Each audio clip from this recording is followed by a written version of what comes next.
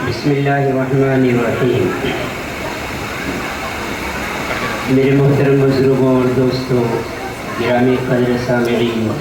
اور میری پردہ نشین ماؤں اور بہنوں، ہندوستان کی تاریخ میں 2 دن انتہائی اہمیت کے حامل ہیں، ایک 15 اگست اور دوسرا 26 جنوری۔ 15 اگست کو ہندوستان نے انگریزوں کی غلامی سے آزادی پائی، ہندوستان نے آزادی کی فضا میں سانس لینے کا سلیقہ سیکھا،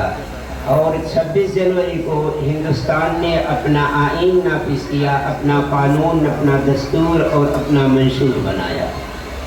15 اگست 1947 کو ہم نے جو آزادی حاصل کی تھی وہ جسموں کی آزادی تھی۔ اس ملک کی باغ ڈور اور اس ملک کے نظام کے اندر جو انگریزوں کا دخل تھا اور وہ یہاں کے مالک بن بیٹھے تھے، 15 اگست 1947 کو ہم نے 200 سالہ اقتدار کا خاتمہ کیا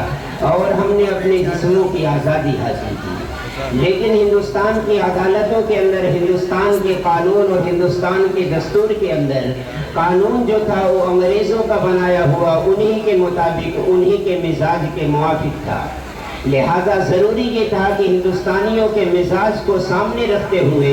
اور ہندوستان کی گنگا جمنی تہذیب کو سامنے رکھتے ہوئے، مختلف دھرموں، مختلف مذہبوں کے لوگوں کو سامنے رکھتے ہوئے ایک ایسا آئین، ایک ایسا قانون مرتب کیا جائے جو یہاں پر بسنے والے ہر ایک ہندوستانی کے لیے قابل عمل بن سکے اور ہر ایک ہندوستانی کو مکمل طور پر آزادی دے سکے۔ لہذا 29 اگست 1947 کو ایک کمیٹی بنائی گئی ڈاکٹر بھیم راؤ امبیڈکر کی صدارت میں، اور اس نے تقریباً 3 سال تک مسلسل جد و جہد کی، ہندوستان کے ایک ایک مذہب کی، ہندوستان کے ایک ایک آئین کی، ایک ایک شخص کی ذہنیت کو سامنے رکھا، اور پھر اس نے 24 جنوری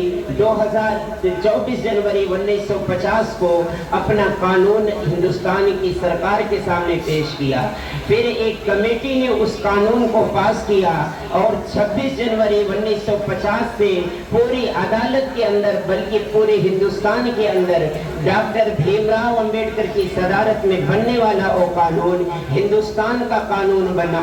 کہلایا، ہندوستان کے نیا دستور، نیا منشور بن کر کے سامنے آیا۔ وہی 26 جنوری جس دن ڈاکٹر بھیم راؤ امبیڈکر کے بنائے ہوئے قانون کو ہندوستان میں نافذ کیا گیا، ہم اسے آئین ہند کے نام سے جانتے ہیں، اور چونکہ 26 جنوری کو نافذ کیا گیا اس لیے 26 جنوری کو یوم جمہوریہ کے طور پر مختلف طریقوں سے ہم کیا ہے اس قانون کی جو ہمیں مساوات کی، برابری کی اور مختلف طریقوں کی آزادی کی کیا ہے